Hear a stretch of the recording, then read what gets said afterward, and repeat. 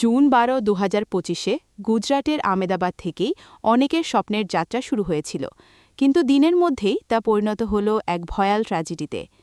Air India flight 171, একটা Boeing 787-8 Dreamliner 1338 IST-তে Delhi নয় বরং লন্ডন গেটওয়েকের উদ্দেশ্যে আকাশে উঠেছিল। কিন্তু মাত্র ৫ মিনিটের মধ্যে মেঘানীনগরের BJ মেডিকেল কলেজের হোস্টেল বিল্ডিংয়ে বিধ্বস্ত হয় বিমানটি।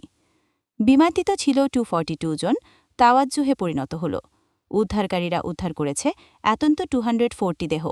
আহত হয়েছেন কমপক্ষে 41 জন এবং আছে মাত্র একজন অলৌকিকভাবে বেঁচে থাকা মিরাকল সার্ভাইভার।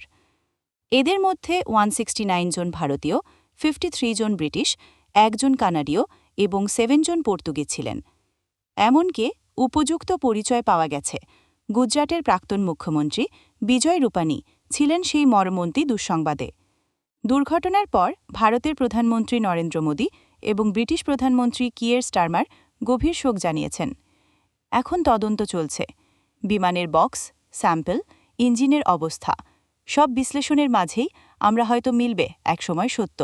আর আমরা প্রার্থনা করি এমন অসংখ্য জীবন যেন আর কখনো গ্রাস না করে এই আকাশপথ।